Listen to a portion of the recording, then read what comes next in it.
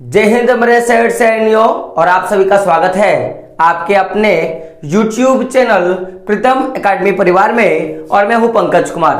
तो आज के इस वीडियो पे हम लोग बात करेंगे आकांक्षा 40 पे बात करेंगे, क्योंकि बहुत सारे बच्चों का ये कमेंट आ रहा था कि सर ये आकांक्षा 40 का जो एग्जाम होने वाला है वो किस बेसिस पे होगा, किस कैटेगरिया पे होगा। यानी कि अगर मैं बात करूं तो इस एग्जाम को कौन से बच्चे दे सकते हैं, तो एलिजिबिलिटी जो कैटेगरिया है वो क्या रहेगा, आपका मॉडल ऑफ एग्जाम क्या रहेगा, यानी कि किस तरीके से आपका एग्जाम लिया जाएगा। और देन हम लोग देखेंगे कि क्वेश्चन टाइप क्या रहेंगे और कितने प्रकार के क्वेश्चन जो है आपके पूछे जाएंगे। और अगर आप ये आकांक्षा 40 एग्जाम पास करते हो तो आप कौन कौन से ऐसे एग्जाम की तैयारी फ्री ऑफ कॉस्ट गवर्नमेंट के यहां से कर सकते हो, यानी कि जैक बोर्ड के यहां से कर सकते हो। इन सभी के बारे में हम लोग डिटेल से बातें करेंगे। किससे बातें करेंगे? डिटेल से बातें करेंगे। तो आई होप आज का वीडियो आपको बहुत ही क्या लगेगा, मजेदार लगेगा।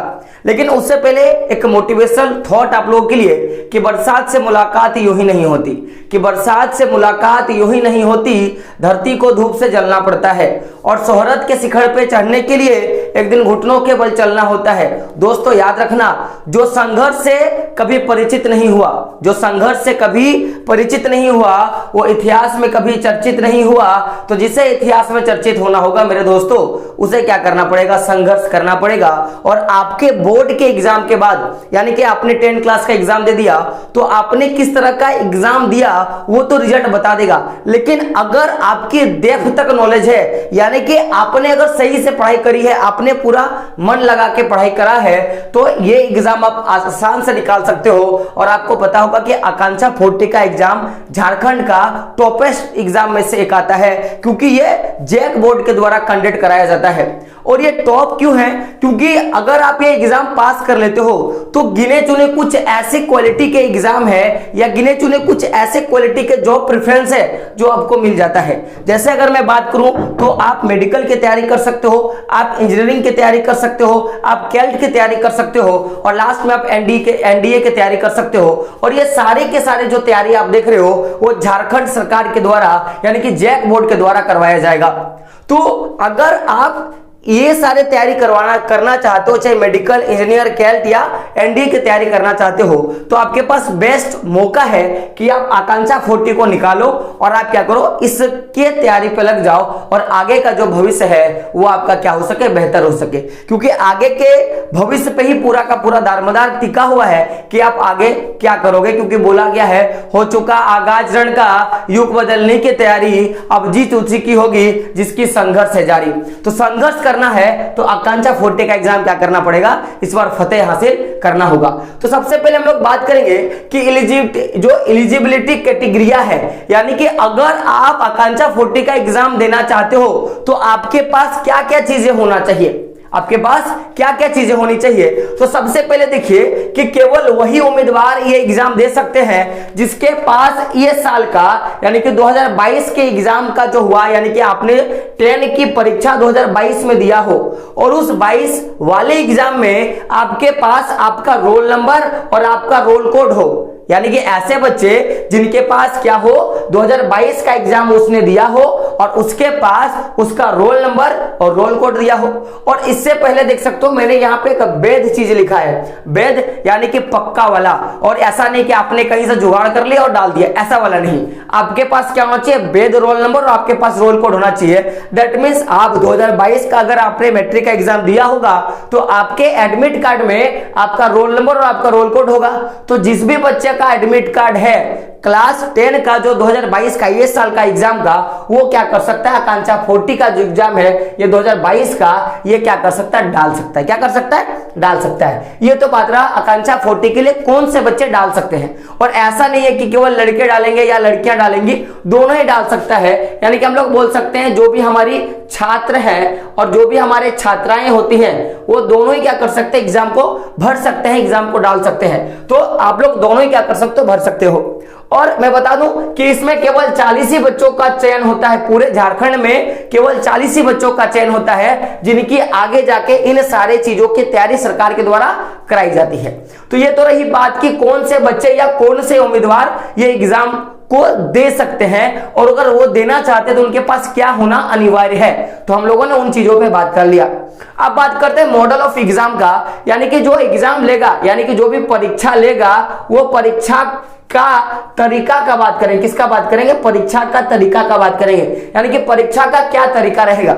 तो बहुत सारे बच्चे पूछते हैं कि सर ये एग्जाम जो होगा वो ऑफलाइन मोड पे होगा कि ऑनलाइन मोड पे होगा, ऑफलाइन मोड पे होगा कि ऑनलाइन मोड पे होगा। तो मैं आपको बता दूं कि आपका जो परीक्षा होने वाला है वो ऑफलाइन मोड पे होने वाला है। किस पे होने वाला है? ऑफलाइन मोड पे होने वाला है। यानी कि जिस तरह से आपने इस बार क्लास 10 का एग्जाम देके आपने आया, उसमें क्या था, आपको क्वेश्चन पेपर दे दिया गया, बैठ गए और वहीं पे क्या क्या रंगना आपने शुरू कर दिया। सेम उसी तरह का आपका क्या होगा, ऑफलाइन बेस पे एग्जाम होगा। तो आप आराम से क्या कर सकते हो, एग्जाम दे सकते हो, क्योंकि वो प्रेशर आपके पास नहीं रहेगा कि मुझे कंप्यूटर चलाना आता है या नहीं आता है, मैंने कभी सिस्टम पे एग्जाम नहीं दिया है। तो वो टेंशन क्या होगा, पूरा का पूरा दूर हो गया। आपको ऑफलाइन मोड पे क्या होगा, एग्जाम होने वाला है। अगला बात करेंगे कि आपका जो एग्जाम होगा ऑफलाइन मोड पे वो क्या होगा, OMR सीट पे होगा। और मेरे बच्चों आप बहुत ही ज्यादा इस OMR सीट से क्या हो, लगाव हो और लगे हुए हो, क्योंकि आपका क्लास 10 का जो फर्स्ट टर्म का एग्जाम हुआ पूरा का पूरा OMR सीट पे हुआ है, पूरा का पूरा OMR सीट पे हुआ है। तो आपको इसका भी कोई टेंशन नहीं लेना है। तो एक तो ऑफलाइन मोड पे हो गया, दूसरा हम लोगों ने OMR सीट पे क्या करना है, हमारा परीक्षा होगा। यह दो तरीका है जो आपका मॉडल ऑफ एग्जाम बताता है, यानी कि एग्जाम का क्या तरीका रहेगा, किस तरह का एग्जाम लिया जाएगा। अब बात करेंगे क्वेश्चंस ऑफ टाइप का, क्योंकि इसी पे बच्चे डर जाते हैं, क्योंकि बच्चों बहुत सारे बच्चों का आ रहा था कमेंट कि सर आप ये बताएं कंचा 40 का जो एग्जाम होने वाला है इस बार, इसमें क्या सर लिखने वाली क्वेश्चंस आएंगे क्या? तो मेरे बच्चों ध्यान से सुनना, इसमें आपके जो भी ऑब्जेक्टिव मल्टीपल चॉइस क्वेश्चन होते हैं, मैंने क्या बोला, objective multiple choice question, that means SMQ question. अगर आपको ये भी समझ में नहीं आया तो हिंदी से मैं बता दूं, उसको बोलते हैं वस्तुनिष्ठ बहुविकल्पीय प्रश्न।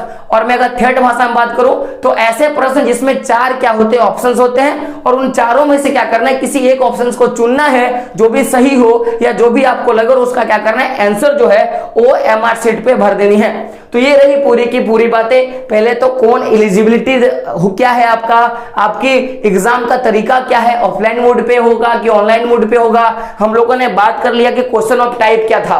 अब बात करते हैं टोटल नंबर ऑफ क्वेश्चन। तो मैंने यहां पे क्या बोला कि आपके क्वेश्चन जो टाइप रहेंगे वो 3 प्रकार के क्वेश्चन रहेंगे। तो आपको मैं टोटल बता दूं तो आपके क्लास 10 से 3 सब्जेक्ट के क्वेश्चन पूछे जाएंगे। कितने सब्जेक्ट के? 3 सब्जेक्ट के क्वेश्चन पूछे जाएंगे। एक सब्जेक्ट आपका भौतिक विज्ञान, दैट मींस फिजिक्स का, और एक रहेगा आपका रसायन विज्ञान, दैट मींस केमिस्ट्री का, और आपका थर्ड जो रहेगा उसमें गणित, और जो आपका बायोलॉजी है यानी कि जीव विज्ञान, यानी कि मैथमेटिक्स एंड जो जीव विज्ञान है, दोनों को मिला के क्या किया जाएगा, आपका क्वेश्चन पूछा जाएगा।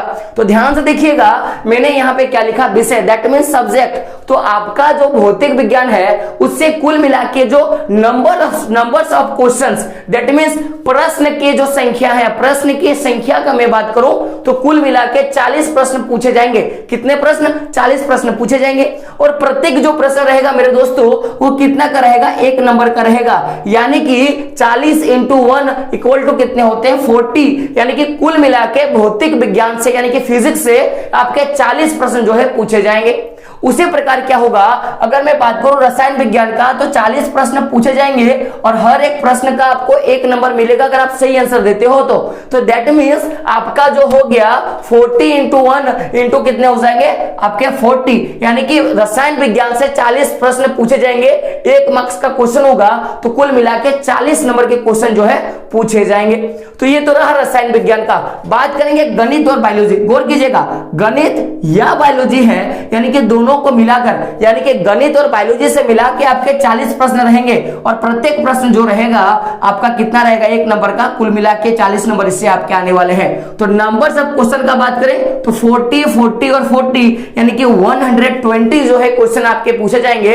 120 जो है क्वेश्चन आपके पूछे जाएंगे, और हर एक क्वेश्चन का आपको अगर एक नंबर करके मिल जाता है, अगर आपने सही से सही टिक मारा है तो एक नंबर करके कितना होता है मेरे दोस्तों, 120 × 1 इक्वल टू कितना हो जाएगा, 120। दैट मींस 120 नंबर का क्या होगा, पूरा का पूरा परीक्षा होने वाला है। कितने टाइप के क्वेश्चन पूछे जाएंगे, तो 3 टाइप के क्वेश्चन होंगे। एक तो भौतिक विज्ञान, रसायन विज्ञान और गणित और जीव विज्ञान मिला के आपके 40 प्रश्न। तो यहां पे थोड़ा गौर कीजिएगा, जो मैं आपको समझाना चाहता हूं कि गणित का यानी कि आपका जो मैथ का प्रश्न है और आपका जो जीव विज्ञान या दैट मींस बायोलॉजी का जो प्रश्न है, दोनों को इंक्लूड कर दिया जाए तो दोनों को मिला के 40 नंबर का क्वेश्चन पूछा जाएगा। यह माइंड से हटा देना कि 40 नंबर केवल मैथ से पूछा जाएगा या 40 नंबर केवल बायोलॉजी से पूछा जाएगा। दोनों को मिला के कितना पूछा जाएगा, 40 नंबर के प्रश्न जो है पूछे जाएंगे। जैसा समझना कि आपका एक मॉडल सेट निकला जिसमें आप देखोगे तो आपको फिजिक्स के 40 नंबर पूछे जाएंगे, केमिस्ट्री के 40 नंबर, कुल मिला के 120 नंबर का पूछा जाएगा कि नहीं। तो 40 40 80 बचा कितना, 40 नंबर का और क्वेश्चन आपका बच रहा है। तो ये जो 40 नंबर का क्वेश्चन रहेगा उसमें ऐसा होगा कि मैथ का क्वेश्चन कुछ पूछ लिया जाएगा और कुछ बायो का क्वेश्चन पूछ लिया जाएगा और दोनों को मिला के क्या होगा, आपका 40 नंबर का जो क्वेश्चन पूछ लिया जाएगा गणित और जीव विज्ञान से। इसको आपने डाउट क्लियर करा, इसको आपने डाउट क्लियर करा। चलिए अगर करेक्ट करा है तो क्या कीजिए, हाँ एक बार बोल दीजिए। अब बात करते हैं हम लोग सबसे मेन मेथड के बारे में, और ये सबसे ज्यादा इंपॉर्टेंट है क्योंकि आपने क्लास 10 का एग्जाम देख के जब आप लोगों ने आया तो बहुत सारे बच्चों का कमेंट था कि सर मेरे इतने मार्क्स आए, मेरे इतने मार्क्स आए, मैंने इतने क्वेश्चन गलत करा। तो यहां पे सबसे मेजर क्या है कि आप अगर वहां पे गलती करते थे, ध्यान से सुनना मैं क्या बोलना चाहता हूं, आप वहां पे गलती करते थे तो आपको एक भी नंबर जो है वो नेगेटिव नहीं किया जाता था। दैट मीन्स अगर आपने गलत करा है तो वो केवल आपके लिए एक गलत नंबर, गलत क्वेश्चन था, ना कि उसका ना नंबर आपको मिला ना ही गलती करने का हर्जाना। दैट मीन्स आपको उसका कुछ मैं बोलूंगा कि लॉसेस आपको नहीं देखने के लिए मिला, बल्कि अगर आप यहां पे इस आकांक्षा 40 के एग्जाम में अगर आप गलत क्वेश्चन करते हो, जैसे कि मान लो आप एक कोई क्वेश्चन को पढ़ रहे हो और आपका वो क्या होता है, गलती से गलती हो जाता है, क्या होता है, गलती से वो गलत हो जाता है, तो उसके लिए आपको क्या होता है कि 2.05 मार्क्स, कितना है 0.25 मार्क्स आपका क्या होते हैं, इच रॉन्ग आंसर पे क्या होगा, आपका नंबर जो है काट दिया जाएगा। यानी कि अगर आप 4 प्रश्न गलत करते हो, ध्यान से सुनना मेरे दोस्तों, अगर आप 4 प्रश्न गलत करते हो तो आपका क्या होगा, एक नंबर खटाक से क्या हो जाएगा, माइनस हो जाएगा। क्या होगा, खटाक से क्या होगा, माइनस हो जाएगा। यानी कि 4 गलती पे आपको एक थप्पड़ जो है वो लगने वाला है। मैंने क्या बोला, आप अगर 4 गलती करते हो तो आपको एक थप्पड़ लगने वाला है और जोरदार लगने वाला है। क्यों सुनना वो बात, क्योंकि यहां पे वही बच्चे एग्जाम को पास करके आएंगे जो बच्चे कम गलत करेंगे। ध्यान से सुनना मेरी बात, जिनका नेगेटिव मार्किंग बहुत कम रहेगा वही क्या होगा, एग्जाम में पास होगा। नेगेटिव मार्किंग जितना कम, पास हो पहले। क्यों, क्योंकि देखो अब मान लो एक बच्चा है एग्जाम दे रहा है, उसने 120 क्वेश्चन में 120 क्वेश्चन का आंसर दे दिया, लेकिन उसमें से 70 क्वेश्चन उसके गलत हो गए। कितने हो गए, मान लो कि 70 क्वेश्चन जो उनके गलत हो गए। तो ध्यान से सुनना, पहली बात मैंने क्या बोला कि टोटल 120 नंबर का क्वेश्चन पूछा जाता।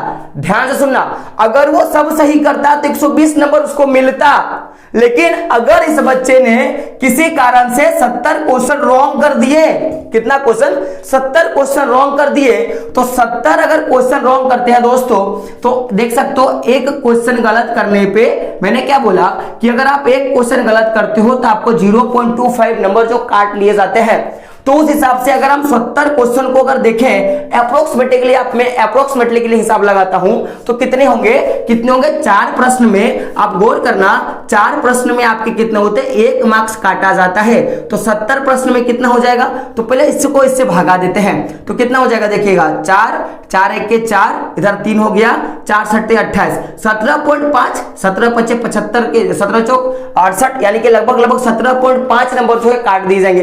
तो सबसे पहले देखना, गौर करना कि सबसे पहले आपके कितने मार्क्स कटेंगे ओवरऑल। तो देखो पहले तो 120 में से आपके 70 प्रश्न गलत, तो 70 तो ऐसे ही माइनस हो गए ना, 70 तो ऐसे ही माइनस हो गए, यानी कि बच्चे कितने, 70 आपने सही करा। 70 में से और क्या होंगे, 17.5 नंबर काट लिया जाएगा। तो आप गौर करके अगर देखोगे मेरे दोस्तों तो कितने हो जाएंगे, यहाँ पे 5 पॉइंट, यहाँ पे होगा 9, यहाँ पे 2, यहाँ पे कितना हो जाएगा 6, बचेगा फाइन, यानी कि 52.5 नंबर लाओगे। सोच के देखो आपने कितने का सही करी थी, आपने 70 लगभग आपने कितने करे थे, आपने खुद देख लिया, जो भी इक्वेशन निकला था हम लोगों ने निकाल लिया।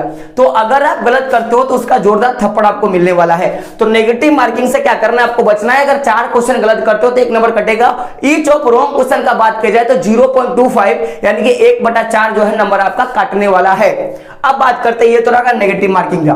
तो मैंने क्या बोला कि अगर आप पूरा का पूरा एग्जाम पास कर जाते हो तो आप मेडिकल की पढ़ाई कर सकते हो, आप इंजीनियरिंग कर सकते हो, एक कैट CLAT करके एग्जाम आता है वो दे सकते हो, और NDA का परीक्षा दे सकते हो। तो इसके बारे में सबको पता होगा, इसके बारे में सबको पता होगा, इसके बारे में सबको पता होगा, लेकिन मोस्ट ऑफ मेरे जितने भी बच्चे हैं उनको इस एग्जाम के बारे में नहीं पता होगा कि सर ये क्या एग्जाम है, ये क्या एग्जाम है। तो मेरे दोस्तों ध्यान से सुनना, इसको बोलते हैं the common law admission test. मैं क्या बोलता हूं इसको? The common law admission test, that means संयुक्त विधि प्रवेश परीक्षा।